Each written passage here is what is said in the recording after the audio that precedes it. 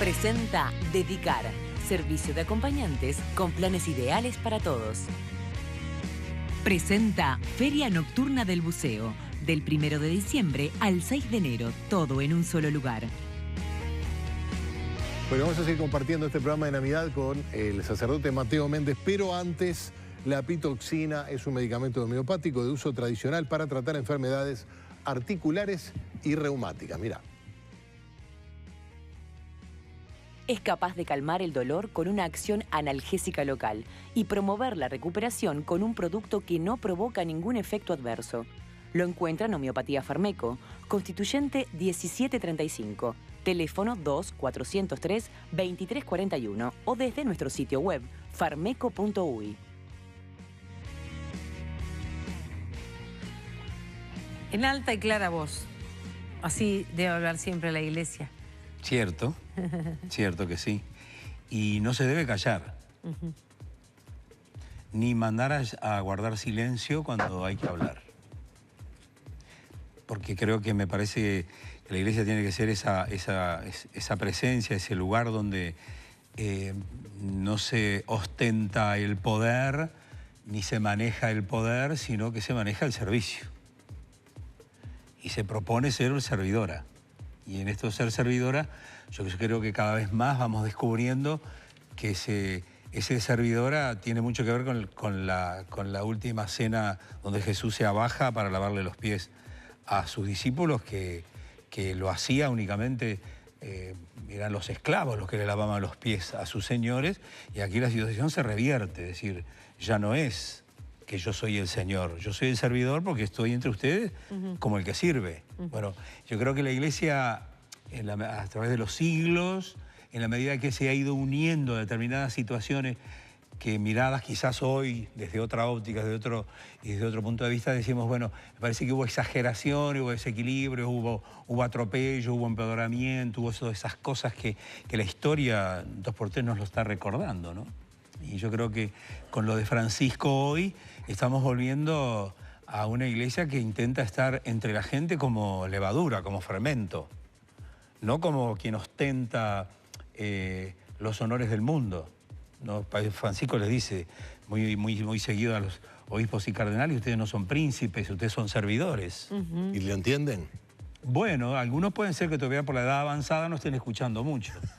Y a los nuevos que puede estar eligiendo y nombrando, yo creo que hay un perfil de eso. Y yo creo que él no se cansa de decir estas cosas, que me parece que está muy bien que lo diga, y que lo diga él mucho más todavía, porque tiene no solamente esa capacidad de ser una figura visible para la humanidad, sino también porque él está convencido que lo que está diciendo no es cosa de capricho de él, sino que son las exigencias de un tiempo nuevo para una iglesia que de alguna manera tiene que revisarse, tiene que despojarse y tiene que entregarse a servir. Y este servicio no está en la única dimensión de la religiosidad de la iglesia. La iglesia tiene que ser una doña que está sirviendo a la humanidad. Una doña que tiene que tener esa capacidad de saber discernir dónde es que se está construyendo hoy el reino, dónde es que hoy la presencia de Jesús se está haciendo más visible, dónde es hoy que se necesita para que, como dice Francisco, instalemos un hospital de campaña. Es decir, asistamos las necesidades primarias, pero no para quedarnos en las necesidades primarias y estar acostumbrando a que nosotros... No, hagamos las primeras Mateo, curaciones. cuando uno ve la voz de la iglesia en los medios, en el debate público, ¿no? Porque esa es la iglesia profunda, la iglesia de servicio que atiende en los barrios pobres, donde tú trabajás, o en fin, distintos tipos de acciones de servicio.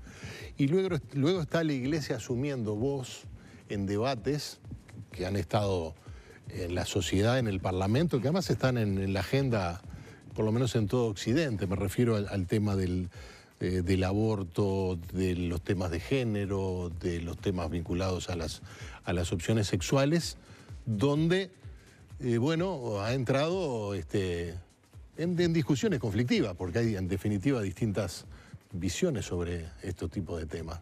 Yo no sé si Jesús desde el pesebre habrá intuido alguna de estas cosas en las cuales se estaba metiendo la iglesia, ¿no? ¿Qué había en la cabeza de Jesús cuando iba pensando esto, de esta comunidad, que él quería una comunidad de iguales?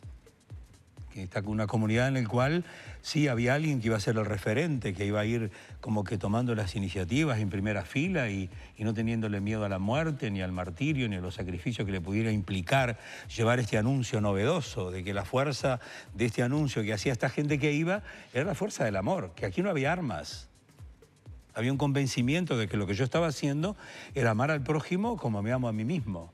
Entonces, todas estas realidades que van apareciendo nuevas en la humanidad, porque no le pasa solamente a la Iglesia, le pasa a la humanidad, todo este avance y este crecimiento en distintos aspectos de la humanidad, ¿cómo nos vamos ubicando en esta? ¿Cuál es el rol que nosotros tenemos que ir haciendo cada vez más claro como comunidad de creyentes? Es ponernos nosotros a dictaminar, a sentenciar, a condenar o a acompañar.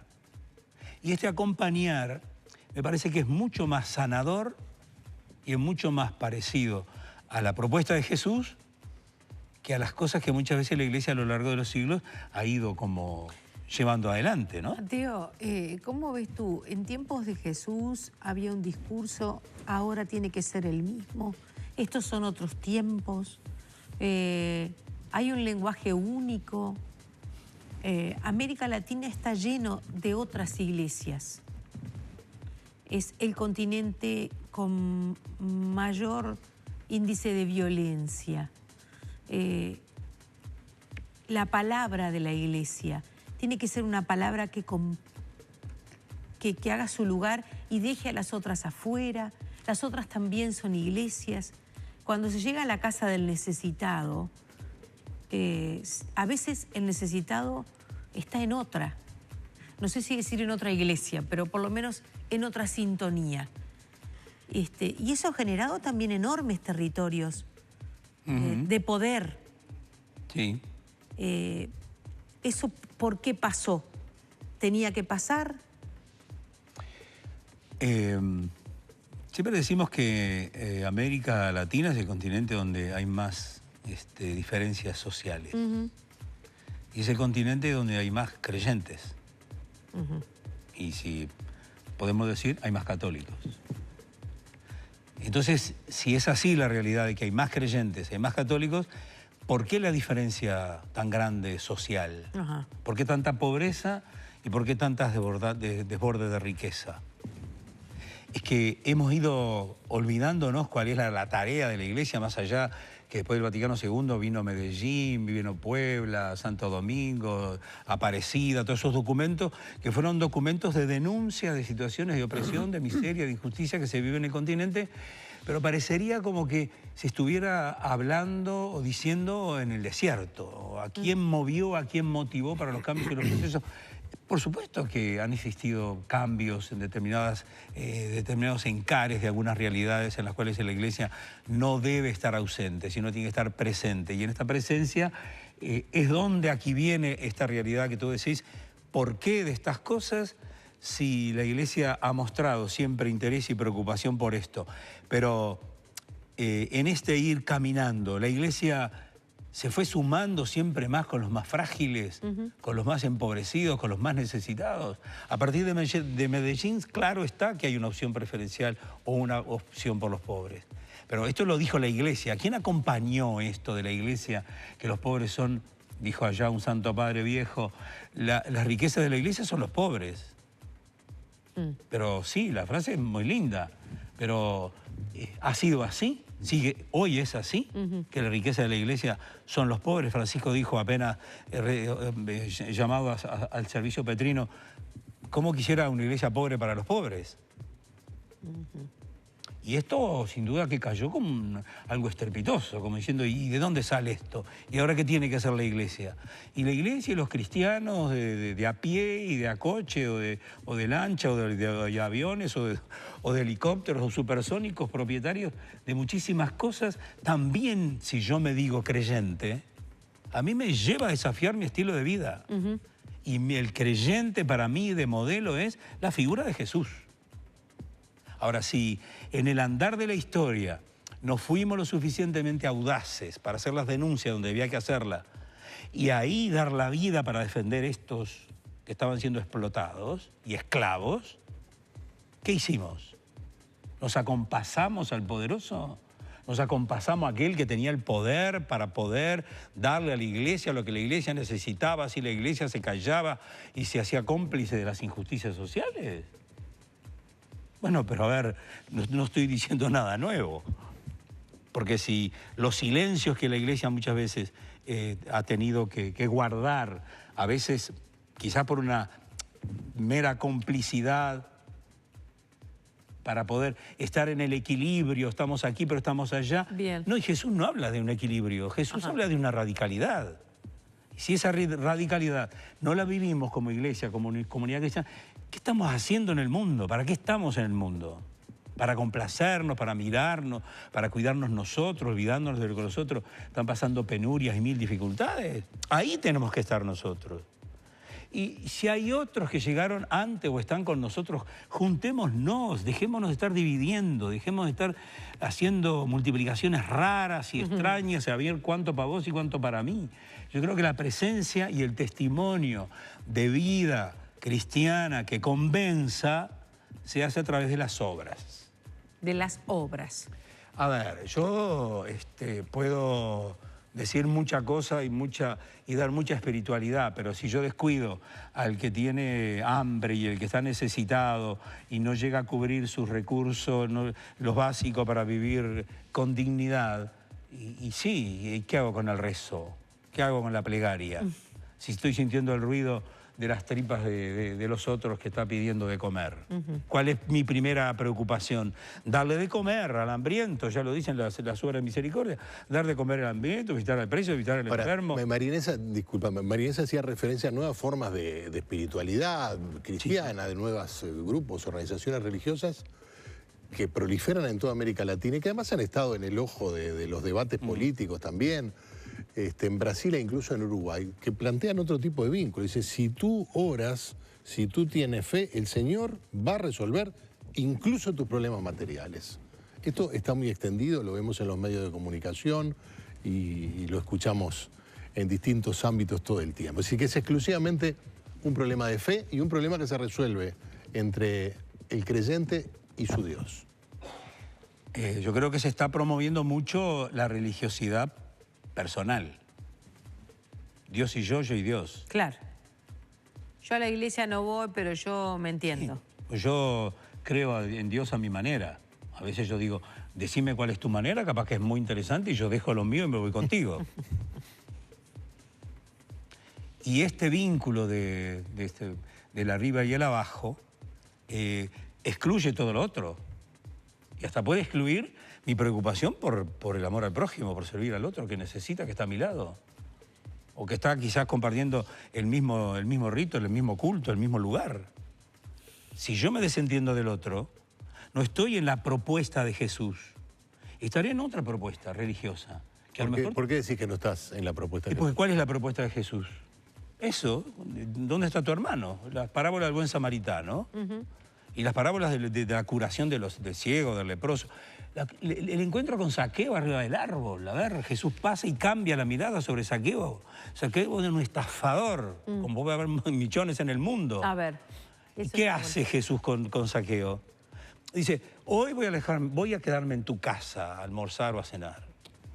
¿Y qué hace Zaqueo? Recibió a Jesús con gusto. Vaya a saber de las cosas que conversaron en ese almuerzo o en esa cena. Quiere decir que el contacto con Jesús a él lo llevó a tocar su propia realidad, una realidad que para él era una realidad cansada, aburrida y desgastada, más allá de que tuviera todo lo que tenía. No lo estaba haciendo feliz, no estaba siendo feliz. Entonces, ¿qué encuentra? Con alguien que le hace una propuesta diferente, diciéndole, no, Zaqueo, acá hay otras cosas que son mucho más valiosas que todo lo que tú tenés. Y si te vienes conmigo y vas a descubrir otras cosas que el tener no te da la posibilidad de descubrirlas. A ver, cuando yo me voy cubriendo de cuestiones que me dan placer de vivir y de gastar y de consumir, mi vida va encaminada sobre todo sobre eso. Pero el hombre, la parábola del hombre de los graneros, cuando tuvo una cosecha muy estupenda, ¿qué dijo él? ¡Qué bien que me fue! ¿Qué voy a decir a mi alma? Alma, date buena vida, come, duerme, pasala bien porque tenés graneros y granos para muchos años. Y la parábola dice, insensato, te vas a morir esta noche, ¿para quién va a quedar todo lo que acumulaste? Cuando él pensó en sí mismo, no pensó en sus trabajadores, que fueron los que se rompieron el alma cosechando, plantando, amontonando y llevando. Pensó en sí mismo. Y esta figura del egoísmo está muy marcada hoy día en nuestra sociedad. Yo estoy bien, yo lo estoy pasando bien, pero mirá que hay otros que la están pasando muy mal. Ah, no es problema mío. Sí, Esto es Mateo. problema del gobierno, de los ministerios, de la política, de la sociedad, del consumo, porque el mundo está como está. Pero vos formás parte del mundo. Y vos, como sos así, también el mundo está así, porque es no culpa, responsabilidad nuestra. Pero hay quienes sienten que si les va bien económicamente o si pueden acceder a determinados beneficios económicos es porque Dios los ha bendecido. Ah, por Dios. Entonces, Dios es un maldito porque tiene un montón de pobreríos locos de hambre y atiende este que tiene mucho. Ese no es el Dios de Jesús. Ese no es el Dios de Jesús. Ese es el Dios del acomodo. Y hacer pasar a Dios por las riquezas es un error, como lo hizo la iglesia quizás durante siglos. ¿Acumular riquezas para qué? Para tributar cultos a Dios, sí, pero tú te estás vestido con determinadas elegancias, con determinados ornamentos y te olvidas que hay hermanos que están desnudos, no tienen ni para taparse el rabo. ¿Para qué sirve eso espectacular, brillante y notable? ¿A quién le sirve eso? ¿Al pobre? No le sirve al pobre. Le sirve a tu vanidad de vanidades. Y creerte que eres superior porque tienes un título, porque tienes honores, porque tienes una cultura, porque tienes mucha formación. Pero si esa formación y esa cultura y esa riqueza no la pones al servicio de tu hermano más necesitado, ¿qué sentido tiene la vida? Si cuando te vas a morir no te vas a llevar nada. Saliste desnudo del vientre de tu madre, te vas a ir desnudo al vientre de la tierra. O del panteón, porque hoy día cuidamos también mucho eso. Algunos van a bajar la tierra del cementerio del norte, otros van a otros lugares más, pero la muerte empareja todo. Me parece notable. Ahí no hay diferencias. Bueno, pero hay quienes saben que terminan en esta y hay quienes creen que trascienden a otra. Sí, vamos a pasar a otra realidad distinta a esta. No nos vamos a perder en el cosmos como una partícula que no sabe dónde anda. No, vamos a ir al encuentro de alguien que nos amó toda la vida y que nosotros no descubrimos ese amor porque estábamos posesionados por nuestras cosas. Cuando le damos la vida a las cosas, nuestra vida pierde sentido, pierde razón de ser porque está preocupada y ocupada en tener más cosas. Y mi abuela decía, mi hijo, la plata busca la plata. No juegue, no juegue. Va a ver cómo esto lo va a sacar alguien que ya tiene más que usted. Ay, qué divino. Y no te y mirá que tenía razón. Y ahí agarró para la Biblia usted. Bueno, Sotelo, ¿usted ha sido monaguillo? Sí. Estuvimos hablando un rato antes del programa con el padre Mateo Méndez, que desarrolla o trabaja en un proyecto fantástico en la zona de Las Piedras, una zona que está atravesando, no es la única, ¿no? Pero que está atravesando problemas de lo que ahora se conoce como fractura social, que se expresa de una manera muy dura, Mateo. Sí. Y nosotros en esto vamos entendiendo que en esto no hay como en algunos lugares demasiado fuerzas todavía como para poder revertir algunas situaciones, que me parece que lo que necesita poder revertir las situaciones es cuando entramos a sumar esfuerzos. ¿Quiénes? El Estado. Que andamos en la vuelta. Y el Estado. El claro. Estado que a veces anda con mucho cuidado con nosotros porque por el tema de la laicidad, ¿no? Entonces, quizás a veces usted tiene un proyecto y ese proyecto usted lo presenta y bueno, y las instituciones estatales aprobarán o no aprobarán el proyecto, ¿no? Yo tengo a veces en algunas cosas tengo mis reparos, no los voy a decir aquí porque me parece que estamos hablando de otra cosa, pero yo creo que sí, que tenemos que aunar los esfuerzos. Y una de las cosas que tenemos que ir descubriendo cada vez más es que si los pobres del mundo se unieran para defender sus derechos, muchas cosas serían distintas. Lo que pasa es que si yo al otro le estoy dando siempre el pescado y no le estoy dando la caña para que se defienda y viva, por supuesto que me sirve darle el pescado, porque soy yo el que administro la vida de los otros. Y esto me trae cierta paz, cierta armonía, porque yo soy el bueno, yo soy el que doy, yo soy el benevolente Estado, porque yo les doy la posibilidad de que tengan sus cosas y demás. Pero dejate de darle el pescado y darle la caña para que pesque. Es decir, que tenga posibilidad de despegar, que tenga posibilidad de tener lo suyo, lo propio, que no esté dependiendo siempre de los demás. ¿Dónde nació Mateo usted? San Gregorio de Polanco. Ah, Guricito pescador. Ese Ya es el... sabía, esa pregunta vino con doble. No, era para corroborar nomás. Gracias, padre. Un gusto. Gracias. Pasen bien, un placer. Bueno, no le pedimos bendición porque sabemos que siempre que donde está usted, usted siente Sí. que hay una trascendencia. Así que... Y no, ya me parece importante que la gente sienta que esta experiencia de Navidad es un abrazo de amor para la humanidad y aquí no queda nadie afuera. Gracias, padre. Ni buenos ni malos, ni ricos ni pobres, ni creyente y no creyente, poco creyente o nada creyente. Dios abraza a todos. Ojalá aprendamos nosotros a abrazar a todos también. Privilegio tenerlo con nosotros. Igual, gracias. Gracias. Presentó Dedicar, servicio de acompañantes, con planes ideales para todos. Presentó Feria Nocturna del Buceo. Más de 200 están para recorrer. Feria del Buceo, tu punto de encuentro.